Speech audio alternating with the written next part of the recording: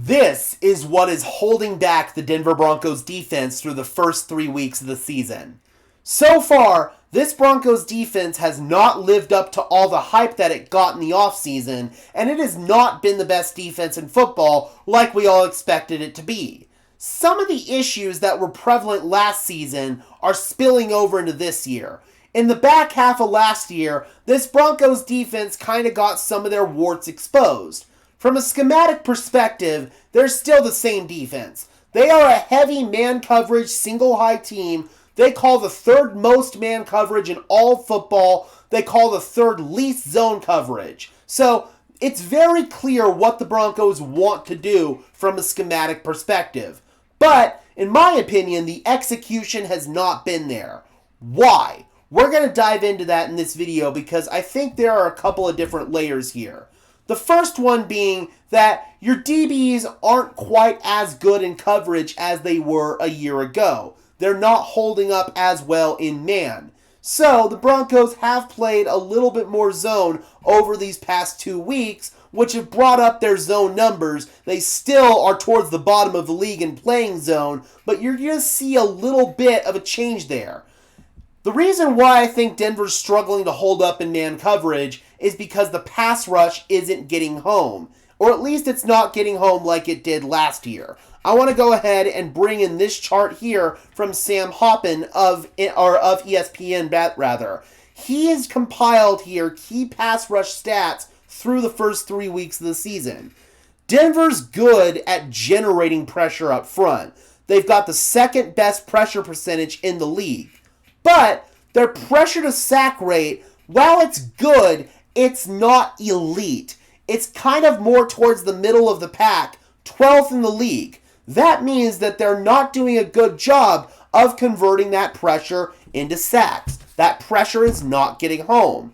Sack rate, good. Blitz rate, really good.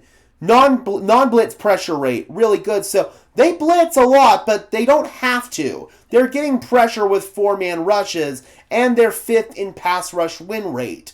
This is still a really good number, don't get me wrong, but the reason why this defense hasn't been elite like we expected is because they are not getting the sack production like we thought that they were going to entering this season.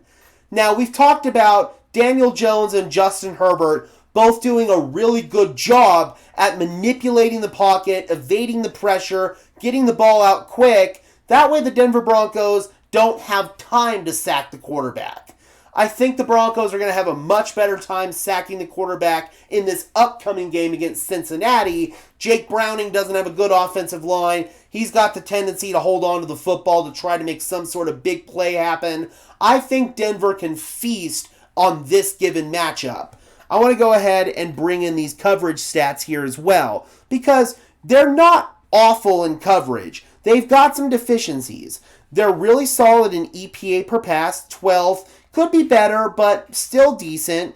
Pass success rate allowed, 4th best. Completion percentage over expected allowed, which is what completion percentage are you giving up in relation to the average quarterback. So 6th best in that regard. Yards after catch per reception, 23rd, so that could be better. Yards after catch over expected per reception, 27th.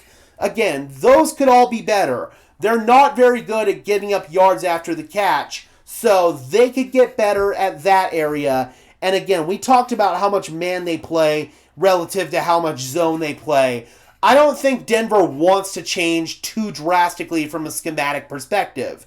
I loathe zone-heavy defenses, especially ones that just aren't good. We think about the Broncos defense in that game against Miami, the 70-20 game. I reference that a lot on this channel because it's a great example of how not to play coverage in the NFL. Soft, squishy, spot drop zone coverage that gives wide open lanes over the middle of the field for receivers to spam. It also leaves quick passes open because you're playing soft coverage like 10 yards off the ball, and it leaves quick out routes, sit routes, hitches. All of that stuff is available underneath, flat routes. You can just spam the underneath, the middle of the field, and you can run the football because you're playing light fronts. That is not the way that I want to play defense. The Broncos play single high. They press. They bring blitzes. They are very aggressive in the way that they like to play defense. You've got to trust your guys up front, both from a pass rush perspective as well as from a secondary coverage perspective. Everybody's got to do their job if they want to play defense like this. This is about as close to a Wade Phillips defense as you're going to see in the NFL. You've all got to be on the same page, and you've got to make sure that you're winning up front and getting pressure on the quarterback, and most importantly, turning that pressure into sacks. If the quarterback is able to hold on to the ball just for a tick too long, that's when the coverage starts to break down.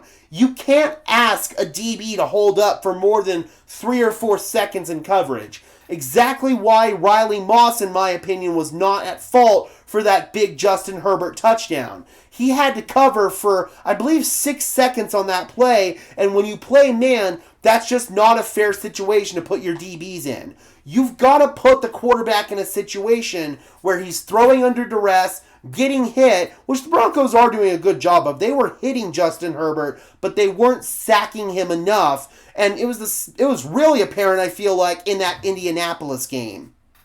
Daniel Jones only got sacked 1 time. That's disgusting. This Broncos pass rush is really good, but they're not elite like they were last year.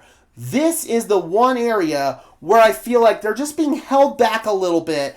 If they get better in this one metric, I think that this Denver Broncos pass rush could be even better, and I think that they could propel this team to being a top contending team in football, even in spite of the offensive struggles. So let me know in the comment section below, guys, how do you think the Denver Broncos can improve in the pass rush department? Do you think that they need to do a better job of getting sacks? Do you think they need to do a better job of getting home in terms of some of these pressures that they're bringing? Drop those comments down below, guys. I would love to hear your thoughts, as always. Be sure to leave a like on this video as well as subscribe and ring the bell so these videos appear in your notification feed. I would really appreciate it, guys. Those are both free and easy ways to show your support. Helps tell YouTube's algorithm to push us out, and it helps us get seen by more and more members of Broncos country just like you and me.